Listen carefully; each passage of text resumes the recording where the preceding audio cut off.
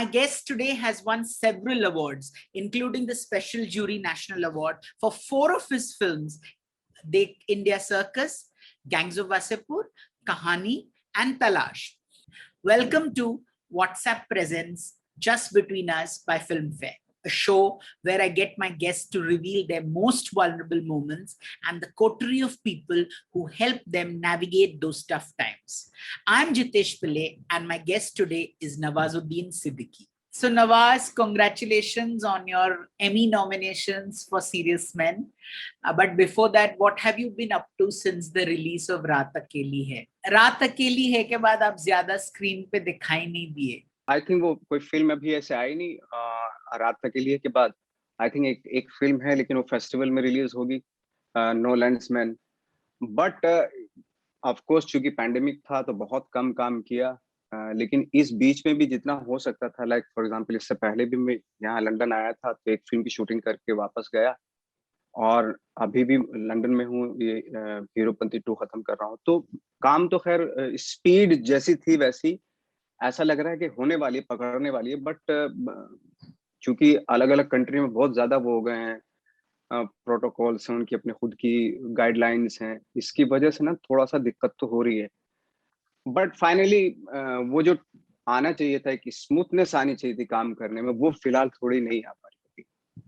Tell us about the song you recently sang, Swaggy Chudiyan. उसके बारे में कुछ बताएंगे आप? प्रोड्यूसर चाह रहे थे कि मैं कुछ गा दूं. मैं ठीक है, चलो भाई, अगर आपको इससे सुकून मिलता है तो वो भी कर देंगे. ऐसा हुआ experience. Did you take any advice from someone about singing this song? आपने किसी से एडवाइस लिया ये गाना कैसे गाना है?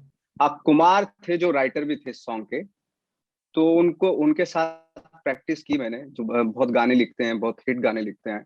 उनके साथ थोड़ी प्रैक्टिस की, बट उन्होंने संभाला. जो भी आजकल तो मशीन में मुर्गियां भी लग जाती हैं, मतलब अगर भले ही आप मुर्गी ना मार पा रहे हो, लेकिन मशीन में ऐसे कुछ जादू होते हैं जहाँ पे मार सकते हैं आप, जिसकी वजह से लगता है अरे बहुत अच्छा सिंगर है. ऐसा हो सकता है. When you decided to join NSD and become an actor, who did you first speak to? आपने क्या किसी से बात की थी? जितेश, मैं सच बताऊं, ये मैंने खुद से ही बात की थी, क्योंकि मैं जिस गांव से बिलोंग करता हूं, वहां पे कोई ऐसा माहौल था ही नहीं जहाँ पे हमें वो प्रोवोक कर सकते या मोटिवेट कर सकते इस चीज के लिए. क्योंकि मैंने शुरू से जब ये सोचा था कि मैं एक्टर बनूंगा, तो लोगों ने फेस को लेके बोलना शुरू कर दिया था कि शक्ल देखिए अपनी, वो सोचना भी मत एक्टर बनने का. तो ये एक था चारों तरफ मेरे माहौल. इवन मेरे रिलेटिव्स, मेरी मौसी, ये वो सब इस तरह की बात करती थी. बट फाइनली मैंने ग्रेजुएशन किया. ग्रेजुएशन के बाद मुझे रियलाइज हुआ कि मैं आम तरह की चीजें नहीं कर पाऊंगा, क्योंकि मैंने एक फिल्म देख ली थी कि एक डॉक्टर की मौत, और उस फिल्म में एक डायलॉग था, एक पैराग्राफ था, जिसकी वजह से मेरा लाइफ बदल गया. फ्रेंकली, कौन बोलता है कि अच्छी फिल्में देख के लोगों की लाइफ बदलती है? मेरी बदली है लाइफ. और उसमें डायलॉग था, उसमें पंकज कपूर का डायलॉग था, जिसमें पंकज कपूर बोलते हैं कि ये जो ऊपर कायनात में जो चांद सितारे हैं, ये सीक्रेट्स हैं, और कुछ लोग होते हैं जो इन सीक्रेट्स को चैलेंज करता है. उनमें से एक मैं हूँ. वो इस तरह बोलते हैं. भले ही मेरी थीसिस फ्लॉप हो गई, लेकिन मैं फिर से ट्राई करूंगा, क्योंकि हर इंसान यहाँ पे कुछ ना कुछ खोजने के लिए आता है, वरना उसका कोई वजूद नहीं. ये दिमाग में मेरा ऐसा बैठा कि मैं अभी तो ऐसे खाली तो बैठा हूँ, कुछ भी. तो मैंने डिसाइड किया कि क्या करना चाहता हूँ. उसकी तस्वीर मेरे सामने क्लियर नहीं थी, बट फाइनली करते करते, आवारा घूमते घूमते, किसी ने थिएटर दिखाया. मैंने थिएटर देखा. फिर मैंने सोचा ये शायद एक ऐसी चीज हो सकती है जहां जिसको मैं पूरी जिंदगी बोर नहीं होऊंगा, कि डिफरेंट तरह के कैरेक्टर करना, एक्सपेरिमेंट करना, डिस्कवर करना, इस तरह की चीज में कभी भी मैं बोर नहीं होऊंगा. और मैंने डिसाइड किया कि मैं थिएटर करूंगा, और मैं अमेचर ग्रुप के साथ थिएटर करने लगा. देन फाइनली मुझे किसी ने सजेस्ट किया कि आप एनएसडी चले जाओ. That was the journey for NSD. Did you have a mentor during your theater days? What was the best advice you remember this person gave you? I think मेरे एक रशियन टीचर थे, जो recently उनकी death हुई, अभी Moscow में रहते हैं. During the national school of dramas days, तो उन्होंने बहुत एक्टिंग के बारे में बहुत चीजें बताई, जिसकी वजह से आज मैं. क्या था उनका नाम? उनका नाम था वैलेंटाइन टेप्लेको. क्योंकि मैं एक ही तरह के रोल करता था थिएटर में, कॉमेडी. और हम लोग बड़े पॉपुलर थे वहां पे कॉमेडी के नाम पे, राजपाल और मैं। और बार बार उस दौरान स्ट्रगल के टाइम पे भी अक्सर मेरा फोन कॉल मास्को में उनका और मेरा, हम लोग फोन पे बातें करते थे। कोई भी परेशानी आती थी मुझे ड्यूरिंग द शूट तो मैं उनको कॉल करता था। एक तरह से मेंटोर करते थे, वो गाइड करते थे, एक्टिंग की टेक्निक्स बताते थे। तो वो ज्यादा मुझे, आई थिंक मैं उनको समझता हूँ। How was your relationship with Irfan? मैं जब भी परेशान होता था, हाँ, एक इरफान भाई, जैसे आपने बोला था कि मेंटोर कौन है क्या है, ये जब भी मैं ड्यूरिंग द स्ट्रगल डेज मैं जब भी परेशान होता था इरफान भाई को फोन करता था। एक उनका हमेशा ये होता था कि मैंने, इरफान भाई कुछ नहीं हो रहा, ये वो होगा, डोंट वरी, हो जाएगा, सब अच्छा होगा, ऊपर वाले पे छोड़ दे, ये वो। बीच बीच में कभी कभी ये भी होता है कि सारा ही कुछ ऊपर वाले पे छोड़ दिया तो मैं क्या करूं, ये भी होता। बट इरफान भाई के साथ जब भी मैं मिलता था, हम हमेशा सिनेमा की बातें करते थे, फिल्म्स के बारे में बातें करते थे, एक्टिंग के जो नुस्खे होते हैं उनके बारे में बातें करते थे। तो हमेशा एक इस तरह का रिलेशनशिप रहे। फिर इरफान भाई ने एक फिल्म बनाई जिसमें मुझे सबसे पहले उन्होंने हीरो लिया। वहां से मुझे थोड़ा सा कॉन्फिडेंस मिला था कि मैं, ऐसी बात नहीं कि मैं लीड रोल मैं भी कर सकता हूँ, कि इरफान भाई ने लिया है मुझे। तब तक इरफान भाई की कोई फिल्म भी नहीं आई थी, वॉरियर कर चुके थे वो। तो उन्होंने एक फिल्म डायरेक्ट की थी उन्होंने, वन आवर की फिल्म, स्टार बेस्ट सेलर पे आई थी फिर वो। तो उसमें मुझे, तो इस तरह की काम भी कर रहे हैं, फ्रेंडशिप भी है, मेंटोर भी हैं, बातें भी हो रही, ये सब इरफान भाई से होती थी उस वक्त। आपको आपकी लास्ट कॉन्वर्जेशन उनके साथ याद है? Do you remember your last conversation with him? Last time पे तो बस यही था कि मैसेजेस पे बात हो जाती थी। हमेशा मैं उनके बारे में कैसे पूछता था कि भाई कैसे भी तबीयत है, ये इस तरह की चीजें इस तरह की होती थी। और हालांकि हम लोग फेस्टिवल्स में भी गए, कान फिल्म फेस्टिवल, सनडांस में भी गए, काफी जगह पे एक साथ गए हम लोग। और खाना वाना पीना ये सब रहता था इरफान भाई के साथ। सजेशन गाइड्स के हिसाब से, लाइक फॉर एग्जांपल से काम करते करते अक्सर कुछ एक चीज बता दी उन्होंने, तो वो आई थिंक 2003 की बात है जब मैं, वो मेरे 2002 और 2003 की बात है जब मैं एक सीन कर रहा था, वो डायरेक्ट कर रहे थे। तो मेरे पास, मेरे हाथ में साइकिल होती है और मैं लड़की को बोलता हूँ मेरी साइकिल में बैठ जा, मैं छोड़ के आता हूँ। ये डायलॉग था। थोड़ा इम्प्रोवाइज करना था। तो इरफान भाई ने बोला कि देखिए सिनेमा है, साइकिल दिखाई दे रही है, तो साइकिल बोलने की जरूरत नहीं। तो मुझे बड़ा अच्छा लगा यार, मैंने कहा हाँ, हम अंडरलाइन क्यों करते हैं किसी भी चीज को। ये एक वो छोटी छोटी चीजें जो एक्टिंग के ऊपर होती हैं, अक्सर बातें होती थी, लाइक लेस करो जितना लेस हो सकता है, थिंक फ्रॉम लाइक आपके हेड में, आपके हार्ट में दिखनी चाहिए वो चीज, वो डायलॉग से भले ही ना हो। टेक्स्ट इंपॉर्टेंट नहीं है, सब text is more important then text. तो इस तरह Wow. के डिस्कशंस होते थे इरफान भाई से। I wanted to also know how many groups do you have on WhatsApp? आपके पास ग्रुप्स हैं जहाँ पे आप बात करते हैं, यू टॉक, कितने प्राइवेट ग्रुप्स हैं, कितने पर्सनल ग्रुप्स हैं? ये मेरे और उनके बीच की बात है। आपको आपका पहला ऑडिशन याद है? Who did you call up and say यार मुझे रोल मिल गया? आ ज्यादातर जो था, मैं अपनी माँ को बोलता था कि मैं एक फिल्म कर रहा हूँ, लेकिन क्या होता था वो सुनती नहीं थी, क्योंकि क्या हो रहा था कि जब भी मैं उनको बोलता था कुछ दिनों के बाद वो फिल्म मुझसे छूट जाती थी। तो मैंने उनको बोलना बंद कर दिया। मैंने कि जब अभी आ जाएगी, सिनेमा हॉल में आ जाएगी फिल्म, तब मैं बताऊंगा कि मैंने ये फिल्म की। ऐसा होता था। When the first time you saw yourself on a hoarding, on film hoarding, आपको कैसे लगा? And did you share that moment with somebody? पहले तो बहुत सारी फिल्में थी जिसमें पोस्टर पे होता ही नहीं था मैं, दिन फिर तीन लोग उनके बीच में था, फिर धीरे धीरे से आ गया। And that was the moment when gangs of Wasseypur release. And वो 2012 में हुआ।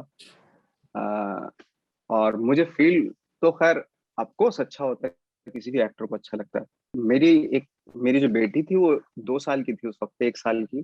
तो वो फोटो पे देख के मुझे पहचान जाती थी होर्डिंग पे। और वो कुछ दिनों के बाद वो उतर गया फोटो वहां से, जहां से मैं उसको ले जाता था। तो वो जगह को देखती रहती थी खाली, कि पापा का फोटो नहीं है अभी यहाँ पे, क्या व्हाट व्हाट हैपन, ये वो। तो उस वक्त मैं उसको समझा नहीं सकता था कि पिक्चर Yeah. उतर चुकी है अभी। तो हाँ, वो एक मोमेंट था मेरा लाइफ का जब मेरी बेटी ने मुझे रियलाइज किया on hoarding. You worked with Anurag Kashyap on several projects. आपने एक इंटरव्यू में कहा था कि अगर आप दोनों में से एक कोई औरत होती तो आप शादी कर लेते एक दूसरे से. Is he your go-to person for everything? Jitesh, मैं सच बताऊं आपको कि अगर मैं अनुराग के साथ हूं, मुझे कुछ भी चीज शेयर करने की जरूरत नहीं पड़ती. वो खुद ब खुद अंडरस्टैंड कर लेते हैं इस चीज को कि नवाज अभी किस प्रॉब्लम से गुजर रहा है, क्या चाहता है, क्या इसके दिमाग में चल रहा है, रियल लाइफ में भी और रियल लाइफ में भी. अगर मैं शूटिंग कोई शॉट दे रहा हूँ, मुझसे अगर मैं कहीं फाइट कर रहा हूँ अपने माइंड में उस सीन को कुछ और करने के लिए, तो वो समझ जाते हैं अनुराग. और same in the real life, in my real life. I think Anurag का और मेरा ऐसी रिलेशन है कि अगर हम लोग 5 घंटे एक एक रूम में आप हमें बैठा दो, तो मुश्किल से बीड़ी सिगरेट की बात होती है कि माचिस है क्या टाइप में, इतना बात होती है, वरना हम लोग चुप बैठे रहते हैं. लेकिन वो जो टाइम होता है, वो बेस्ट टाइम होता है हमारी लाइफ का.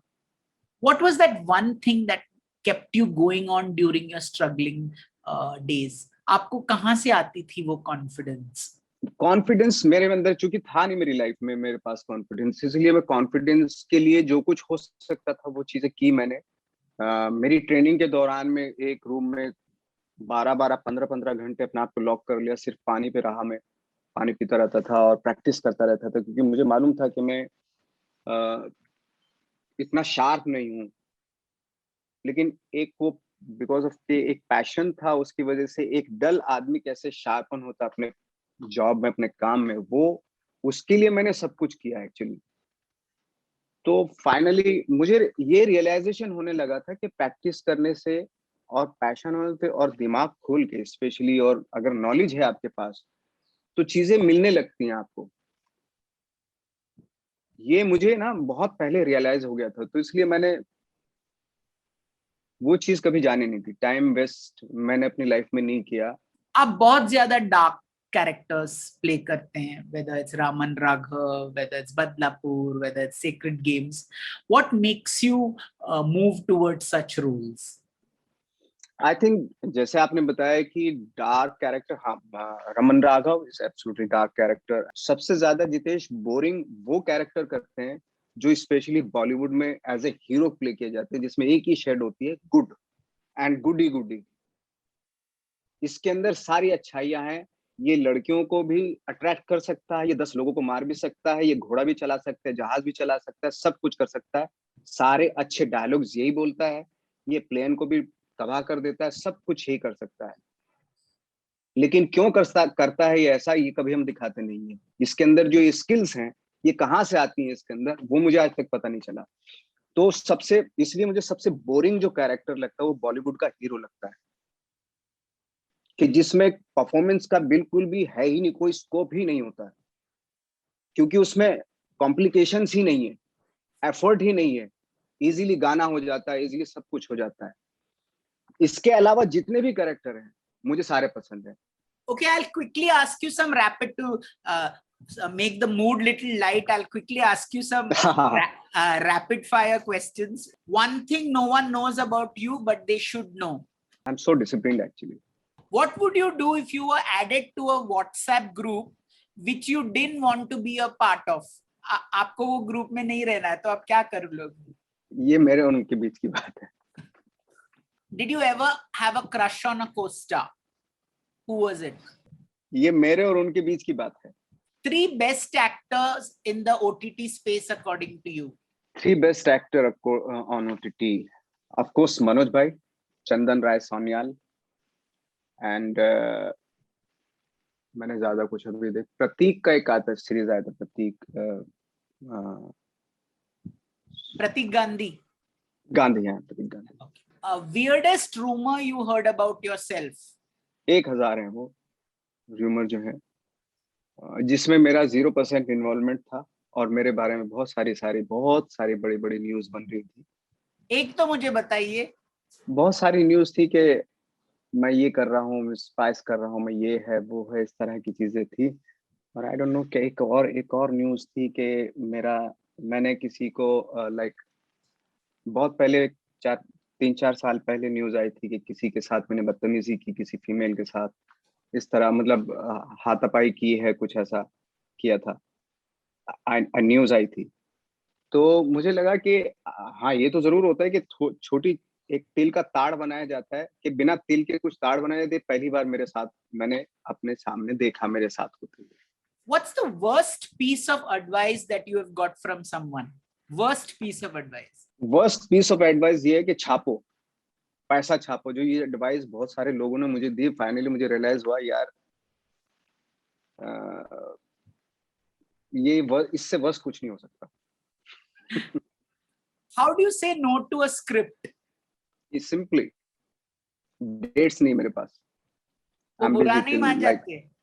मान जाए बुरा है, जो करूंगा तो मैं ही, मुझे करना है। जो कोई भी बुरा माने, बहुत हैं लोग बुरा मानने वाले, बट मुझे हाँ ना बोलने में बड़ा कोई तकलीफ नहीं होती, चाहे कोई भी हो इंडस्ट्री में।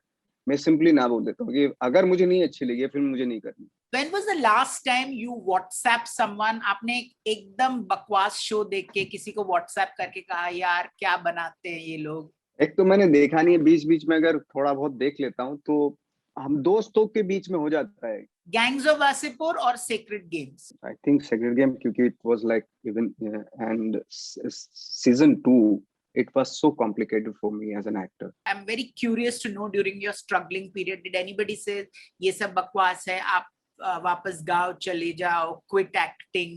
Did anybody tell you that, give you that kind of advice? हाँ, बहुत लोगों ने, जब हालत देखते थे, बहुत ही खस्ता हालत हो चुकी थी हम लोगों की, बट वही था कि आसपास जितना भी माहौल था, जितने भी एक्टर्स थे उस वक्त, सबकी सेम सेम हालत थी, जैसे मेरी थी ऐसी सबकी थी। तो वो एक कॉन्फिडेंस मिलता है कि ये भी, इसको भी कुछ नहीं हो रहा, ना इसका कुछ हो रहा, ना मेरा कुछ हो रहा। तो इस तरह की चीज होती थी। बट बोला तो बहुत, शुरू में बहुत बोला, मतलब मेरी बुआ ने भी बोला, गांव से ही लग गया था तांता कि कहाँ जा रहे हो और फिल्म इंडस्ट्री में क्यों जा रहे हो, शक्ल वकल तो दे लो, कद काठी तो देख लो अपनी, तुम्हारे जैसे लोग नहीं होते वहां पे। बोले हमारे अंदर क्या कमी है भाई, हम भी तो इंसान ही है। तो इस तरह के डिस्कशन होते थे। तो एडवाइस तो बहुत लोगों ने कि वापस चले जाओ यार, कुछ नहीं होने वाला यहाँ पे, बट जाने का तो सवाल ही पैदा नहीं। Thank you, Nawaz, for sharing the ups and downs of your journey to stardom with us. It's been really insightful to get to know you better.